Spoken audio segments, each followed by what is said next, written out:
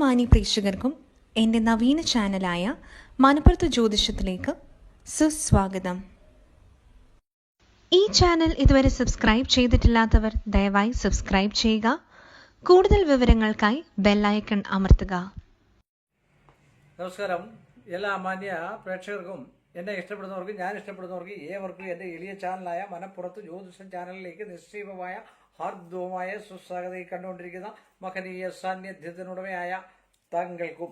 നമ്മളിവിടെ ആണ്ടുഫലമാണ് ഇപ്പം പറയുന്നത്. 2026 ആണ്ട് എന്തൊക്കെ ഫലങ്ങളും സമ്മിശ്ര ഫലങ്ങളും ഒക്കെ ഉണ്ടെന്ന് നമ്മൾ തന്നെ ഗണിച്ച് ശാസ്ത്രീയമായിട്ട് തന്നെ ഗണിച്ച് ഭാരതീയ ജ്യോതിഷപ്രകാരം, അങ്ങനെ ഒരു ജ്യോതിഷമേ ഉള്ളൂ, മറ്റൊരു ജ്യോതിഷം ഇല്ല. അപ്പോൾ ആ ജ്യോതിഷപ്രകാരം നമ്മൾ പറയുന്നതായിട്ടുള്ള പൂര നക്ഷത്രത്തിൻ്റെ ഈ വർഷം എങ്ങനെയുണ്ടെന്ന് നോക്കാം. ആദ്യം പൊതുഫലം എങ്ങനെയുണ്ടെന്ന് നോക്കാം. രണ്ടാമത് നിങ്ങളുടെ ദശാകാലം, വയസ്സനുസരിച്ചുള്ള ദശാകാലാവസ്ഥ, അർദ്ധദശ കൂട്ടിയുള്ളത് എങ്ങനെയുണ്ടെന്ന് നോക്കാം. അല്ലാത്തതൊക്കെ ഗ്രഹനില എടുത്ത് നോക്കിയെങ്കിൽ ഗ്രഹനില കുറിച്ചെങ്കിൽ മാത്രമേ നമുക്ക് കൃത്യവും ക്ലിപ്തവുമായിട്ട് നമുക്ക് കിട്ടത്തുള്ളൂ. അത് നമ്മൾ മനസ്സിലാക്കുക. അങ്ങനെയൊക്കെയുള്ള ചില ഫലങ്ങൾ എന്തൊക്കെയാകും എന്ന് നമുക്ക് പൂര നക്ഷത്രത്തിൽ നമുക്ക് നോക്കാം. ഈ നക്ഷത്രക്കാർ ആരെയും ആശ്രയിച്ച് ജീവിക്കാൻ ഇഷ്ടപ്പെടുന്ന കൂട്ടത്തിലേ അല്ല. അതുപോലെ തന്നെ അധർമ്മത്തെയും അന്യായത്തെയും നഖശികാന്തം എതിർക്കുന്നവരാണ്. വിദ്യാഭ്യാസത്തിലും വിജ്ഞാന സമ്പാദനത്തിലും ഒട്ടും പിന്നിലായിരിക്കുകയില്ല. നിഗൂഢ ശാസ്ത്രങ്ങളും സൂത്രവിദ്യകളും ഏറെ ഇഷ്ടപ്പെടും. നൂതനമായ പല ആശയങ്ങളും ഉണ്ടാവും. എന്നാൽ ഇവ പ്രവൃത്തി പദത്തിൽ എത്തിക്കുവാൻ മുന്നിട്ട് പ്രവർത്തിച്ചെന്ന് വരികയില്ല. ആരുടെയെങ്കിലും പ്രയോജനം ഉണ്ടായാൽ സ്ഥിതി മാറുകയും ചെയ്യും. എന്നുവെച്ചാൽ ആരെങ്കിലും ഒന്ന് തള്ളി വിട്ടുകഴിഞ്ഞാൽ കാര്യങ്ങളൊക്കെ നടക്കുമെന്നാണ്. വിവേകശാലികളായ ഇവർ പല കാര്യങ്ങളിലും നല്ല ഓർമ്മശക്തി വെച്ച് പുലർത്തുന്നതായി കണ്ടുവരുന്നുണ്ട്. മറ്റുള്ളവരുമായുള്ള ഇടപാടുകളിൽ കൃത്യനിഷ്ഠയും മാന്യതയും പാലിക്കാനുള്ള ഒരു നക്ഷത്രം കൂടാണ് പൂര നക്ഷത്രക്കാർ. പൂര നക്ഷത്രക്കാർ പുലർത്തി വരുന്നതെന്ന് വേണം ആചാര്യപദം പറയുന്നത്.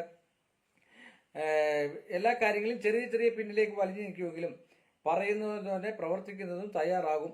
ഇങ്ങനെയൊക്കെ ആണെങ്കിലും പലപ്പോഴും തിരിച്ചു ലഭിക്കുന്ന വിപരീത ഫലങ്ങളാകാനാണ് സാധ്യത. അനുഭവങ്ങളും ആയിരിക്കും. ആഗ്രഹിക്കുന്ന വിവിധ പ്രൗഢിയോടും സുഖ സൗകര്യങ്ങളോടും കൂടിയ ജീവിതം നയിക്കുവാൻ അധികം പേർക്കും സാധിക്കും. എങ്കിലും പരിശ്രമങ്ങൾക്കൊത്ത വിധം അഭിവൃദ്ധിയോ ഉത്കർഷയോ കിട്ടുക എന്നും വരില്ല. IT മേഖല, അതുപോലെ തന്നെ ഇതിനകത്ത് ഞാൻ എഴുതി വെച്ചിരിക്കുന്ന IT മേഖല, ട്രാൻസ്പോർട്ട്, റെയിൽവേ, ഇതിലൊക്കെ വിജയിക്കാൻ സാധ്യതയുണ്ട്. പൂര നക്ഷത്രക്കാരികളായ സ്ത്രീകൾ മനോഗുണം, സത്യസന്ധത, ബുദ്ധി സാമർഥ്യം എന്നീ ഗുണങ്ങളോട് കൂടിയവരായിരിക്കും. ഉന്നത വിദ്യാഭ്യാസം നേടുവാനും പ്രൊഫഷണൽ രംഗത്ത് പ്രവർത്തിക്കുവാനും ഇവർക്ക് സാധിക്കും. പൂരം മധ്യമരജ്ജുവിൽപ്പെട്ട നക്ഷത്രമാണ്. ഈ നക്ഷത്രത്തിൽ ഉത്രട്ട നക്ഷത്രം വേദ നക്ഷത്രം കൂടാണ്. ഇനി നമ്മൾ പറയുന്നത് ഇച്ചിരി വിശദമായിട്ടാണ് ഈ പ്രാവശ്യം പറഞ്ഞിരിക്കുന്നത്. അത് ദശാകാലം ഓരോ വയസ്സുള്ളവർക്ക് ഉള്ള ആൾക്കാരെ പൂര നക്ഷത്രത്തിന് ഇങ്ങനെ വിളിച്ചു ചോദിക്കുകയും അഭിപ്രായം ചോദിക്കുകയും ഒക്കെ കമൻറ്റ് ചെയ്യുകയൊക്കെ ചെയ്യാറുണ്ട്. അപ്പോൾ വിശിഷ്ടങ്ങളായ വസ്ത്ര ലാഭങ്ങൾ അതൊക്കെ ഉണ്ടാകുന്നതെന്ന് പറഞ്ഞു കഴിഞ്ഞാൽ ജനനം മുതൽ ഉദ്ദേശം സാമാന്യേന 10 വയസ്സ് വരെ ശുക്രദശകളാണ്. 10 വയസ്സ് മുതൽ 16 വയസ്സ് വരെ ആദിത്യൻ, 16 വയസ്സ് മുതൽ 26 വയസ്സ് വരെ ചന്ദ്രദശ, അത് കഴിഞ്ഞിട്ട് 26 വയസ്സ് മുതൽ 33 വയസ്സ് വരെ ചൊവ്വാദശ, 33 വയസ്സ് മുതൽ 51 വയസ്സ് വരെ രാഹുദശ, 51 വയസ്സ് മുതൽ 67 വയസ്സ് വരെ വ്യാഴദശ, 67 വയസ്സ് മുതൽ 19 വർഷം ശനിദശാകാലം. അപ്പോൾ അത്രയുമാണ് ശനിദശയ്ക്ക് വരുന്നത്. അപ്പോഴുള്ളതായിട്ടുള്ള പൊതുവായിട്ടുള്ളൊരു ഫലം കൂടെ ഞാൻ പറയാം. ധർമ്മപ്രവൃത്തികൾ ചെയ്യുകയും നാൽക്കാലി വാഹനം ഇവ ലഭിക്കുകയും വാദകോപം ഹേതുവായി രോഗം, കുടുംബജനങ്ങളിൽ നിന്നും തന്നിൽ നിന്ന് അവർക്കും ദുഃഖം ഉണ്ടാകാനും ആപത്ത് തനിക്ക് തന്നെ നാശം ചെറുതായിട്ടുണ്ടാകുവാനും ശനിയുടെ ഫലങ്ങളാകുന്നു. അത് ശനിദശയിലുണ്ടാകുന്ന ഫലങ്ങളാണ് കേട്ടോ. അത് തന്നെയല്ല, അത് 67 വയസ്സ് തൊട്ട് 19 വർഷത്തേക്കാണ് ഞാൻ പറഞ്ഞിരിക്കുന്നത്. അതൊരു പൊതുഫലമായിട്ട് നിങ്ങൾ കൂട്ടിയാൽ മതി. അതുപോലെ തന്നെ 2026 സമ്മിശ്ര ഫലങ്ങൾ എന്താണെന്ന് നോക്കാം. വർഷാരംഭത്തിൽ സന്താനങ്ങളുടെ വിദ്യാഭ്യാസം അല്ലെങ്കിൽ ജോലി, വിദേശയാത്ര, ഉന്നമനം, ഇതൊക്കെ വിവാഹം, അവരുടെ കൂടെ പോയി താമസം, അവർക്ക് സന്താനലബ്ധി, കാര്യങ്ങളിൽ ഇടപെടൽ, അവസരം, ബന്ധുഗുണം, അതിഥി സൽക്കാരം, പല വിധത്തിലുള്ള ധനവരുമാനം എന്നിവ ഉണ്ടാവും. എന്നിവ ജനുവരി 1 മുതൽ ജൂൺ 1 വരെ ലഭിക്കുമെങ്കിലും വ്യാഴം 11 ഗുണഫലങ്ങൾ, 11 നിങ്ങൾക്ക് വ്യാഴം വരുന്നത്, ചിങ്ങക്കൂറാണ്, 11 വേധിച്ചു പോകും. ഈ വർഷം മുഴുവൻ അഷ്ടമശനി ദോഷകാലം തുടരുകയാണ്. ശനിയാഴ്ച വ്രതം മുതലായ ശനിപ്രീതി കർമ്മങ്ങൾ മുടങ്ങാതെ ചെയ്യുന്നത് അത്യുത്തമമാണ്. തന്മൂലം പ്രായം അനുസരിച്ച് ബാലാരിഷ്ടകൾ, വിദ്യാഭ്യാസത്തിന് പ്രശ്നം, ജോലിക്കലച്ചിൽ, ധനവരുമാനത്തിന് പ്രശ്നം, പലവിധമാന്യം, തടസ്സം, ദാമ്പത്യത്തിൽ ചെറിയ ചെറിയ അലോരസങ്ങൾ, സ്വജനകലഹം, കേസ്, വഴക്ക്, അപകടസന്ധി, രോഗം, ക്ലേശം, മൃത്യുക്ലേശാദി ദുഃഖങ്ങൾ തുടങ്ങിയ ഗൗരവമുള്ള ദോഷങ്ങളെ തരണം ചെയ്യാൻ കഴിയും നിങ്ങൾക്ക്. ജൂൺ മുതൽ വർഷാവസാനം ഡിസംബർ 31 വരെ വ്യാഴാഴ്ച വ്രതം മുതലായ വ്യാഴപ്രീതി കർമ്മങ്ങൾ ചെയ്യുക. മഹാവിഷ്ണുവിനെ പ്രസാദിപ്പിക്കുക, മഹാവിഷ്ണു ക്ഷേത്ര ദർശനം, വ്യാഴാഴ്ച വ്രതം പിന്നെ ഒക്കെ എടുക്കുക, വിഷ്ണു പൂജ നടത്തുക. ഇതൊക്കെ ചെയ്യുന്നത് നല്ലതാണ്. നല്ലൊരു ജ്യോതിഷിയെ കൂടെ കാണുക. സാഭിമാനാഭിവൃദ്ധി, പ്രതാപ ശക്തി, ജനസ്നേഹം, സന്താനങ്ങളെ കൊണ്ട് സന്തോഷം മുതലായ ശുക്രന്റെ ഇഷ്ടസ്ഥിതി കൊണ്ട് ലഭിക്കും.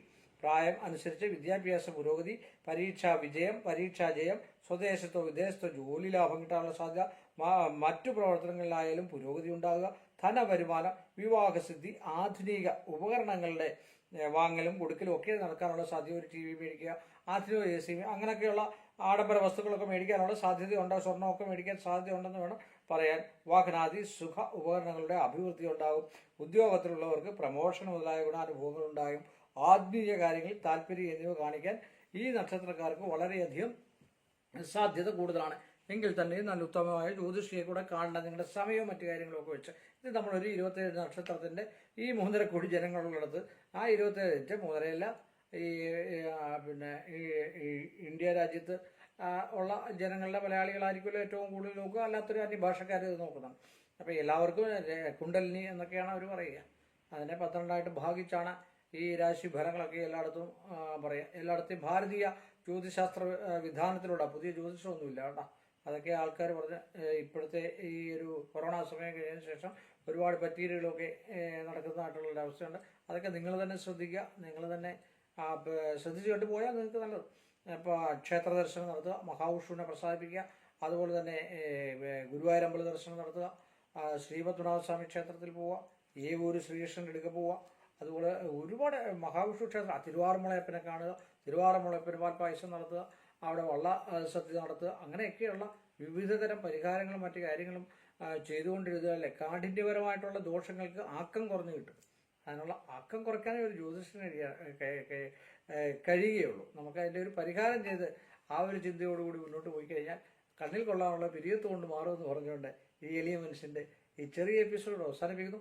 വീണ്ടും നമ്മൾ തമ്മിൽ കാണുന്നവരെ കാണുന്നവരെ എല്ലാ മാന്യ പ്രേക്ഷകർക്കും എൻ്റെ നിശ്ചയമായ നന്ദിയും ശ്രേഷ്ഠമായ ഭഗവാന്റെ ഗുരുവായൂരപ്പൻ്റെ അനുഗ്രഹം നിങ്ങൾക്ക് എല്ലാവർക്കും ഉണ്ടാകട്ടെ എന്ന് പ്രാർത്ഥിച്ചുകൊണ്ട് നന്ദി, നമസ്കാരം.